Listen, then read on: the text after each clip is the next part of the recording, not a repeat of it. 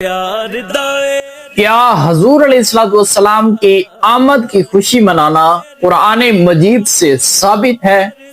تو آئیں آج ہم قرآن کھول کر دیکھتے ہیں۔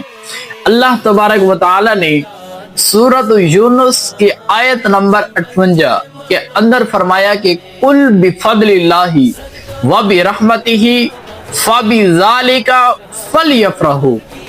ترجمہ سنیے، فرمایا کہ اے میرے حبیب آپ فرما دیجئے کہ اللہ کا فضل اور اس کی رحمت ملنے پر مسلمانوں کو چاہیے کہ وہ خوشی منائیں۔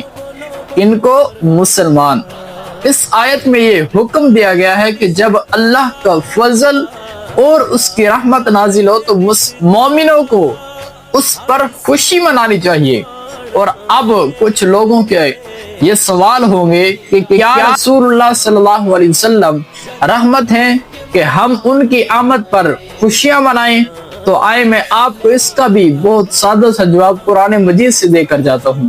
اللہ تبارک و تعالی نے فرمایا کہ وما ارسلناک الا رحمت للعالمین، کہ محبوب ہم نے تمہیں تمام جہانوں کے لیے رحمت للعالمین بنا کر بھیجا۔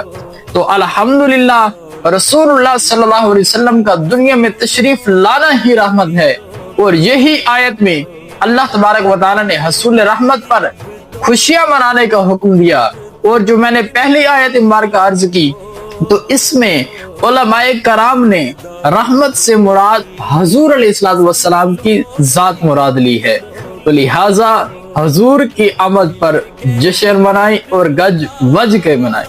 جشن میلاد اساں گج بج کے منانا۔